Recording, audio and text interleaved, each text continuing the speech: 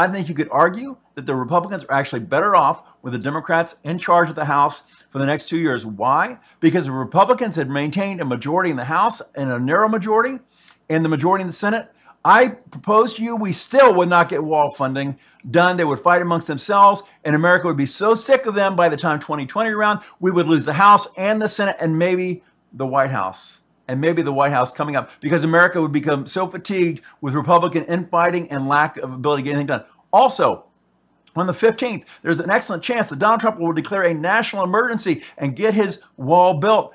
If the Republicans were in charge of the House and the Senate, Donald Trump would not declare a national emergency because he'd be going around his own party. It would look terrible. The fact that Pelosi is now in the House allows Donald Trump to declare a national emergency and get this done. So looking back on this, it looks like, and Donald Trump worked hard to get the Senate, but he didn't work on the House at all.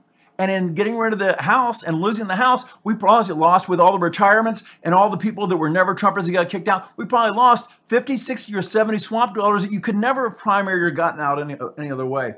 People that were primaried out and sent out in this last election, they were not Trump Republicans. They were not strong Republicans at all.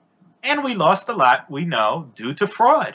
There was an incredible amount of fraud, and it was revealed. Hopefully, something. In California, Nevada especially.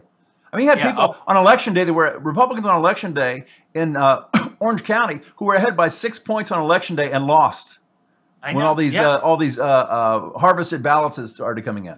Well, and Arizona was a total fraud. Sinema, there's no way. Do you see her walking around, the things she wears to Congress, the way she does thigh-high boots and a miniskirt? My gosh, she looks like some sort of hooker. It's a crazy. Yeah, and a cheap one too. Not only that, Arizona would never vote for a woman. She sat there and endorsed the Taliban. Oh, if Americans want to, join the Taliban, I can understand. Arizona did not vote for that woman. Just didn't happen. We know that. We know what happened in Florida that almost happened, that we got saved at the last minute.